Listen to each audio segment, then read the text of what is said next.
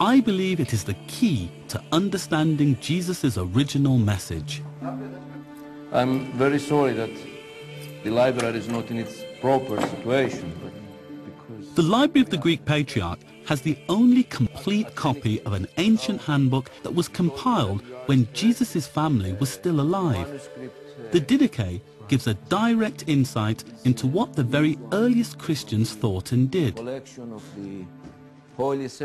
It has never before been filmed. The book begins here.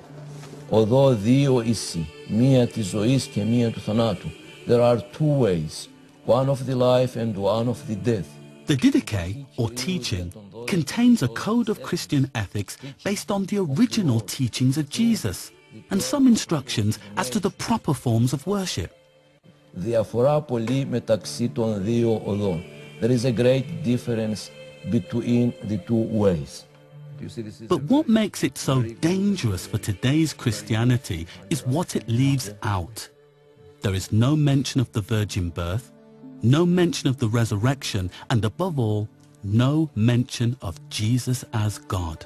They talk of Jesus in here as Lord and not Lord God, suggesting that they saw him as being more human than divine. And that's the problem.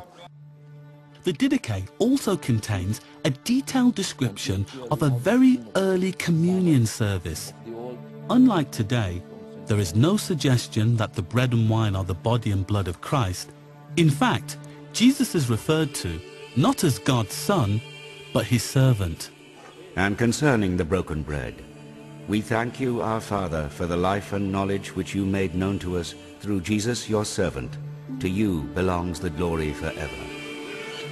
Do you think that one of the reasons why they don't mention Jesus as Lord God and they don't mention the resurrection was because they didn't believe that those events had taken place, that Jesus wasn't the Son of God and that Jesus wasn't raised from the dead, but instead he was a human, a prophet, and not divine? It's a dangerous question.